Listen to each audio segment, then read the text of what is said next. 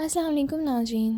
ISPR की तरफ से वाज़िया पैगाम सामने आ गया है जिसमें उनका कहना है कि चार्जेस में सियासी सरगर्मियों में मुलव्वस होना शामिल है। उन्होंने ये भी कहा कि सियासी अनासर की मिली भगत पर भी तफ्तीश की जा रही है। ISPR की तरफ से ये भी कहना था कि 9 मई के अलावा पुरतशद्दुद वाक़यात की भी तहकीक की जाएगी। नाज़रीन, जनरल फैज़ हमीद के ख़िलाफ़ कार्रवाई शुरू कर दी गई है और साथ ही साथ तहरीक इंसाफ की सियासत पर भी असर पड़ सकता है। क्या पानी PTI की मुश्किलात में इजाफ़ा होने वाला है? क्या जनरल फैज़ हमीद PTI की सियासत से कोई ताल्लुक़ रखते हैं? PTI की सिविल नाफरमानी तहरीक कामयाब होगी या नाकाम होगी? नाज़रीन, आखिर 9 मई के अलावा किन वाक़यात के बारे में बात की जा रही है कि तशद्दुद वाले मामलात को भी देखा जाएगा? नाज़रीन, इस पर फैसल वाटा का कहना है कि ऐसे बहुत सारे मामलात हो चुके हैं जिनमें अरशद शरीफ की डेथ भी शामिल है और भी बहुत सारे वाक़यात हैं। आइए सुनते हैं फैसल वाटा ने इस पर क्या तफसीलात बयान की। उससे 9 मई के अलावा भी तो प्रोटेस्ट हुए ना। नहीं, वो भी उसमें आगे ही कहा ना प्रोटेस्ट हुए ना सर, ऑफिशियल सीक्रेट की खिलाफवर्जियां करते हुए रियासत के नुकसान। उसके बाद अगले में कहते हैं कि जनरल फील्ड मार्शल के अमल के दौरान मुल्क में इंतशार बदअमनी से मुताल्लिक पुरतशद्दुद वाक़यात में वो क्या थे, सारे प्रोटेस्ट ही थे ना। जनरल फैज के मुलव्विस होने से मुताल्लिक अलहदा तफ्तीश भी की जा रही है। तो ये तफ्तीश हो रही है उस फिगर की 9 मई तो पीछे कवर हो कौन गया। कौन से दूसरे वाक़यात? इमरान खान साहब को गोली लगना, ये भी एक वाक़या। ये एक बहुत इंपॉर्टेंट वाक़या है जिसकी इन्वेस्टिगेशन होगी और उसमें बहुत सारे किरदार नजर आएंगे। बड़ा जबरदस्त सवाल है आपका। अरशद शरीफ का मर्डर केस, क्योंकि उसके अलावा तशद्दुद का कोई वाक़या आप गौर में, हम कल भी ये सोचते रहे कि कौन से वाक़यात हैं जिसमें तशद्दुद हुआ हो। नहीं, 26 सियासी तौर 26 अक्टूबर को भी हुआ है। 26 अक्टूबर 2022 जिस दिन अरशद शरीफ साहब का नमाज जनाजा था, वहां से धरना शुरू हुआ। धरना शुरू हुआ था ना, लेकिन धरने के ऊपर फायरिंग होगी ना। नहीं, उसके बाद उसमें एक रिपोर्टर की डेथ हुई थी, कमो पेशे पे, I am not wrong, container के नीचे आकर एक बंदा गाड़ी लगने से नीचे गिरा था पुल से। बहुत सारे वाक़यात हुए थे। तो पुरतशद्दुद का मतलब ये नहीं कि आपने उठा के से पॉइंट ब्लैंक गोली चलाई है। पुरतशद्दुद का मतलब कि क्राउड अगर आपने पुल की उसमें भी आग लगा दी है, जलाओ घरा कर दिया, तो वो भी पुरतशद्दुद हो गया। नंबर 1। अब नंबर 2 ये कि जब आप फैज़ हमीद का DG ISI lieutenant general trial कर रहे हैं अपनी अदालतों में, तो जो उसने शवाहिद दे दिए इमरान खान साहब के लिए, शहादतें दे दी हैं, सबूत दे दिए, तो आप समझते हैं कि इमरान खान साहब इस चीज़ से बाहर निकल जाएंगे? नहीं। उनकी बेगम साहिबा और फिर जो मफरूर हवारी भगौड़े हैं, जैसे मुराद सईद है, हमाद अजहर है, जो ट्वीट करते हैं लेकिन बाद में नजर नहीं आते, वो ये क्यों भागे हुए? मुल्क से लोग जो भागे हुए, बैरून मुल्क भागे हुए, क्यों भागे हुए? ठीक है, इसकी रीजनिंग है ना, कोई रीजनिंग है। आखिर हमाद अजहर ने ऐसा क्या काम किया, मुराद सईद ने ऐसा क्या काम किया? सब सर्विस पे आते फिर साइड पे हो जाते, लेकिन ये आ ही नहीं रहे सामने। उसकी कोई रीजनिंग है। तो एक तो इमरान खान साहब की फायरिंग का केस बड़ा इंपॉर्टेंट रेलिवेंट केस है, और उसमें आपको इमरान खान साहब जिन पर अंधा भरोसा करते थे वो भी मिलेंगे आपको, इस प्रेस रिलीज के किरदार भी मिलेंगे। ठीक, और उसमें आपको एक और है, जब वो इमरान खान साहब आपके सामने आएगा तो इमरान खान साहब की जमीन निकल जाएगी। एक और केस भी, एक इसी में जो एक और किरदार आएगा फायरिंग के अंदर, जो उनका मेरे ख्याल से जान से भी ज्यादा अजीज आज के दिन तो मुझे नजर आता है, फैज के अलावा। ठीक है, लेकिन वो शामिल था इसमें, बिल्कुल शामिल था, खिलाफ फायरिंग कराने में शामिल था। ठीक है, अब जब मैं आपको कनेक्ट कर रहा हूं, जब मैं आपसे कहता हूं इमरान खान की जान को खतरा है, इमरान खान की जान का सौदा होगा, अल्लाह ना करे उनके साथ कुछ हो जाएगा तो उसके ऊपर सियासत होगी, तो वो डॉट्स जब आप कनेक्ट करेंगे तो मेरी बात आपको क्लैरिटी से मिलेगी। ये जो आप पहले जिसमें चार्जशीट हो चुका है, चार्ज में सियासी सरगर्मियों में मुलव्विस होना, ये एज DG ISI है या रिटायरमेंट के बाद? Of course as DG ISI। देखिए, DG ISI मोहरा था ना खान का ब्लू आइड बॉय क्यों था? देखिए ना, DG ISI बड़ा पंडोरास बॉक्स खोल रहे हैं। देखिए, DG ISI अगर एक आम DG ISI वो भी बला होती है, लेकिन अगर एक मॉन्स्टर बन जाए मुल्क के अंदर, तो वो मॉन्स्टर किस बेसिस पे बना है? क्योंकि प्राइम मिनिस्टर की उसको आशीर्वाद शामिल थी। और प्राइम मिनिस्टर क्यों कर रहे थे सब कुछ?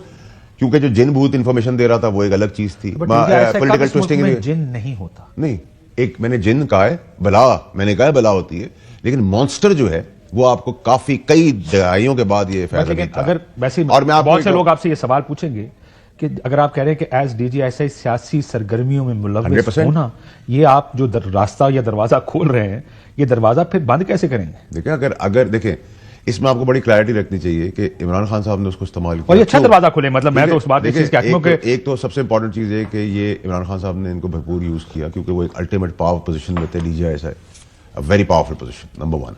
नंबर 2 ये कि आपको ये क्रेडिट तो chief of army staff general Asim Munir साहब को देना पड़ेगा कि 70 साल में उन्होंने बुनियाद डाली है कि इंसाफ के कटहरे में आप ताकतवर बड़ा आदमी जो है वो बचेगा नहीं। Okay, let me put it this way, if this is about कि पॉलिटिक्स में जो भी इन्वॉल्व हो एज DG ISI, उनके ऊपर जनरल कोर्ट मार्शल होगा, this I agree with you कि बहुत बड़ा स्टेप है it is a bold step.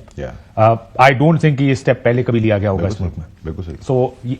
लेकिन ये मसला होगा, आप इसको वर्ड यूज करें आगे जाके इसलिए मुश्किलात में सबको डालेगा कि इस मुल्क में तो पॉलिटिक्स में सभी का काम मुलव्वस होते हैं। एक होती है पॉलिटिकल इंटरफेरेंस और एक होती है रियासती सियासी जमहूरी दहशतगर्दी, मुल्की दहशतगर्दी।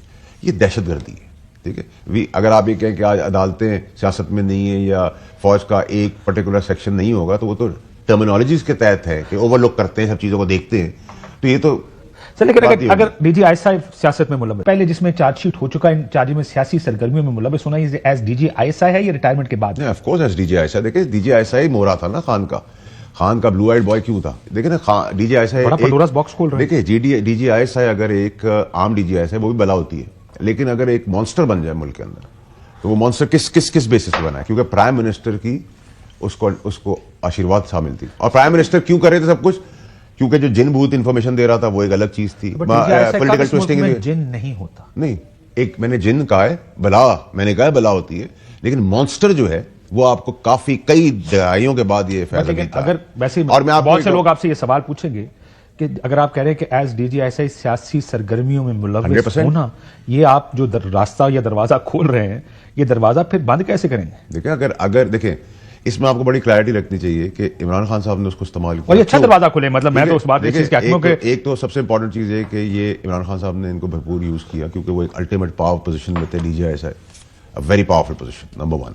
नंबर 2 ये कि आपको ये क्रेडिट तो chief of army staff general Asim Munir साहब को देना पड़ेगा कि 70 साल में उन्होंने बुनियाद डाली है कि इंसाफ के कटहरे में अब ताकतवर बड़ा आदमी जो है वो बचेगा नहीं। Okay, let me put it this way, if this is about कि पॉलिटिक्स में जो भी इन्वॉल्व हो एज डीजी आईएसआई, उनके ऊपर जनरल कोर्ट मार्शल होगा, this I agree with you कि बहुत बड़ा स्टेप है। It is a bold step. I don't think ये स्टेप पहले कभी लिया गया होगा इस मुल्क में। बिल्कुल सही। लेकिन ये मसला होगा, आप इसको वर्ड यूज करें, आगे जाके इसलिए मुश्किलात में सबको डालेगा कि इस मुल्क में तो पॉलिटिक्स में सभी का काम मुलव्वस होते हैं। एक होती है पॉलिटिकल इंटरफेरेंस और एक होती है रियासती सियासी जमहूरी दहशतगर्दी, मुल्की दहशतगर्दी। ये दहशतगर्दी है, ठीक है। अगर आप ये कहें कि आज अदालतें सियासत में नहीं है या फौज का एक पर्टिकुलर सेक्शन नहीं होगा, तो वो तो टर्मिनोलॉजीज के तहत है कि ओवरलुक करते हैं, सब चीजों को देखते हैं। तो ये तो सर, लेकिन अगर डीजी आईएसआई सियासत में मुलव्वस है, देखिए तो आर्मी चीफ को नहीं था बहुत क्या उसकी? आपने और एक और वैलिड सवाल किया। देखिए बाजवा साहब को आप जरूर इसमें ये ब्लेम कर सकते हैं कि बाजवा साहब को भी ओवरसाइट ट्रस्ट के बेसिस पर, क्योंकि उसका एक ताकतवर आदमी उसकी फौज का और उसका बॉस वजीर आजम, जब दोनों साथ मिल गए तो बाजवा साहब की तो साइट ही नहीं रही है, उनका ट्रस्ट नहीं रहा, ठीक है। देखिए चीफ इंसान है ना, जब आंखों पे भरोसे का पर्दा पड़ता है तो सर फिर बहुत सारे काम करते हैं। अभी बेगम साहब जो काम करी भरोसे के पर्दे में ही कर रही है ना, जब भरोसा खुलेगा तब पता चलेगा कौम को, ठीक है। भरोसे के अंदर सल्तनत डूब गई है, भरोसे के अंदर लोग फांसी पे चढ़ गए, भरोसे के अंदर शाहनवाज भुट्टो साहब की शहादत हुई, जहां भुट्टो फैमिली के अंदर बहुत सारी शहादतें हुई। तो एक तो ये बड़ा क्लैरिटी रखे एस डीजी आईएसआई भी उनकी इन्वॉल्वमेंट थी। सर मैं एक बात, वो क्या चाहते थे? पिछले कुछ सालों में मेरा बहुत ज्यादा लिमिटेड से भी कम एक्सपोजर है रिगार्डिंग जो इंस्टीट्यूशन किस तरह काम करता है, बिकॉज मेरा सिक्योरिटी मेरी कभी बीट नहीं रही, मैंने कभी उस पर काम नहीं किया। ऑलवेज पॉलिटिकल आउटलुक थी मेरी, मैं पॉलिटिक्स देखता रहा। 2-3 दफा एक ऐसे सवाल आए जिसको मैंने कोशिश की देखने की कि पॉलिटिक्स किस तरफ जा रही है, क्या ऐसा मुमकिन है कि अंदर खाने कुछ हो रहा हो चीफ के खिलाफ? पुरानी बात।